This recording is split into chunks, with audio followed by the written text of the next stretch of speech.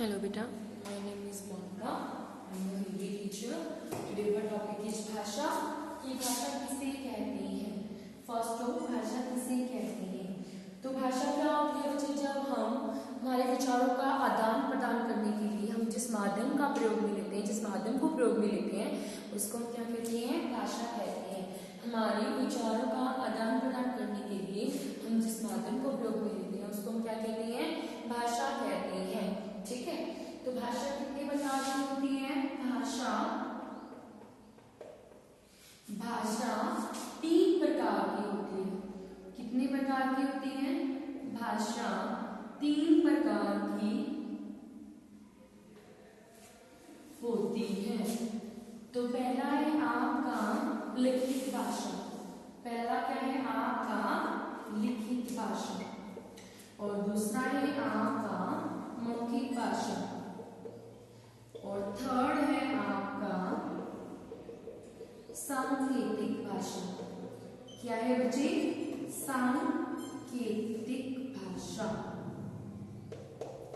तो बात करते हैं हम पहले लिखित भाषा क्या होती है.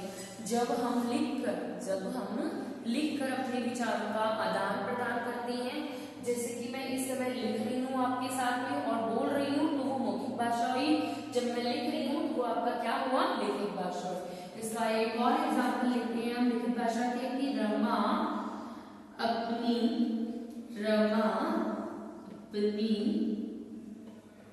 माता जी को पत्र लिख रही है. जब हम लिखकर अपने विचारों का आदान प्रदान करते हैं तो उसको हम क्या कहते हैं? लिखित भाषा कहते हैं. और जब हम बोलकर अपने विचारों का आदान प्रदान करते हैं तो उसको हम क्या कहते हैं? मौखिक भाषा कहते हैं. जैसे कि अध्यापिका हमें प्रदूषण पर भाषण दे रही है. ठीक है बच्चे.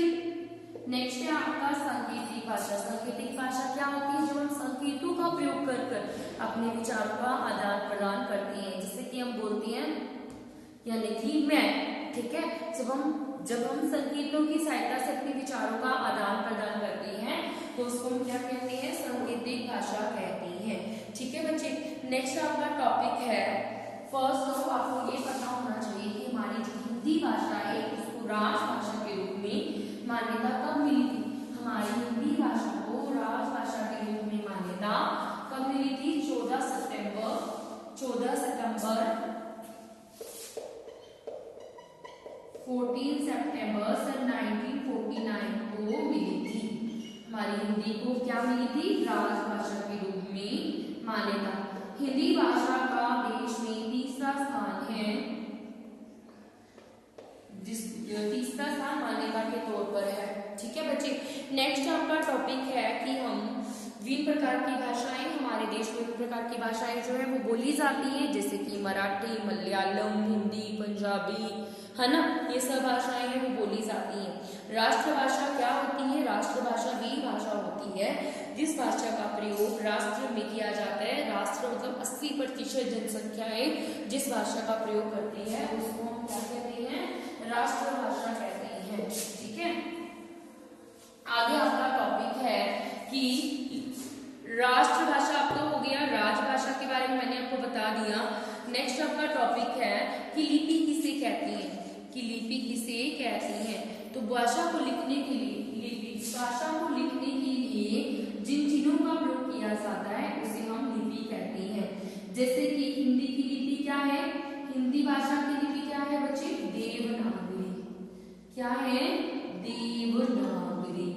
और पंजाबी की लिपि क्या है? गुरमुखी. क्या है पंजाबी की लिपि? गुरमुखी. ठीक है बच्चे.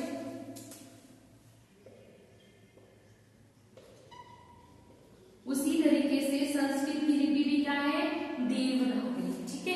तो भाषाओं को लिखने के लिए जिन चिन्हों का प्रयोग किया जाता है उसको हम क्या कहते हैं? लिपि कहते हैं. ठीक है, तो भाषा की सबसे पहले हम आगे बात करते हैं, भाषा के टॉपिक को आगे लेकर चलते हैं। लिपि के बाद में क्या होता है कि बोली किसे कहती है?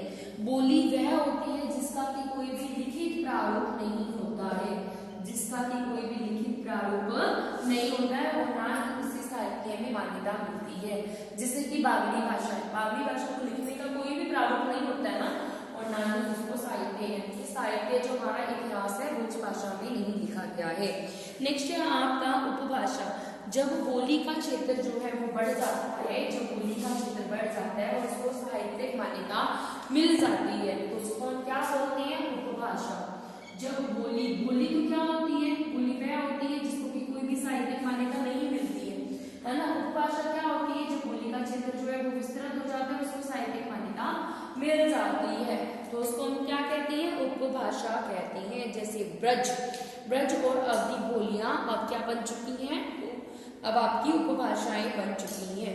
नेक्स्ट आपका टॉपिक है, हाँ जी, व्याकरण किसे कहते हैं। नेक्स्ट आपका टॉपिक क्या है? व्याकरण किसे कहते हैं। उससे पहले आपका टॉपिक था मान्य भाषा, यानी कि जिसको की मान्यता मिल जाती है वो आपकी मान्य भाषा कहलाती है। नेक्स्ट आपका व्याकरण है कि शब्दों को लिखने के लिए, शब्दों को लिखने का जो एक क्रम होता है वो हमारा क्या कहलाता है? व्याकरण कहलाता है। शब्दों को लिखने के लिए जिस क्रम का यूज किया जाता है उसको हम व्याकरण कहते हैं। व्याकरण वह शास्त्र होता है जो कि हमें शब्दों को उचित क्रम में व उचित प्रयोग करना सिखाता है। इसका एग्जाम्पल है कि अंशु ने नेहा से कहा हम दूध खा लिया। अंशु ने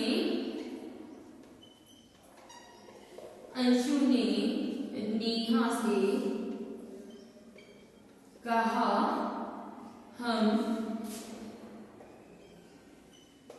हम दूध खा लिया। क्या ये आपको लगता है कि ये व्याकरण के अकॉर्डिंग सही लाइन है? नहीं है। क्यों नहीं है? क्योंकि दूध कभी भी खाया नहीं जाता है। दूध क्या किया जाता है? पिया जाता है। ओके बच्चे, हाँ जी, तो ये क्या है? व्याकरण की दृष्टि से अशुद्ध वाक्य है। ठीक है बच्चे। नेक्स्ट है आपके सामने कि वर्ण किसे कहते हैं। जैसे आपके ये क, ग, ये सब आपके क्या है? वर्ण। और शब्द किसे कहते हैं? वर्णों से किसका निर्माण होता है? शब्दों का। जैसे कि हम यहाँ पे वर्ण लिखे तो वर्णों से किसका निर्माण हुआ? शब्द का। ये आपका कमल क्या बन गया? शब्द। अब इसको वाक्य में प्रयोग करेंगे तो आपका क्या बन जाएगा? वाक्य। जैसे कि कमल बहुत सुंदर फूल है। ठीक है बच्चे, तो आपका आज का टॉपिक फिनिश हुआ। अब नेक्स्ट क्लास में हम नेक्स्ट टॉपिक करेंगे। ओके बेटा, तो आपको ये टॉपिक जो है वो लर्न करके लाना है और इसकी प्रैक्टिस करनी है। ठीक है बच्चे, ओके बेटा, bye bye, have a nice day, bye बच्चे।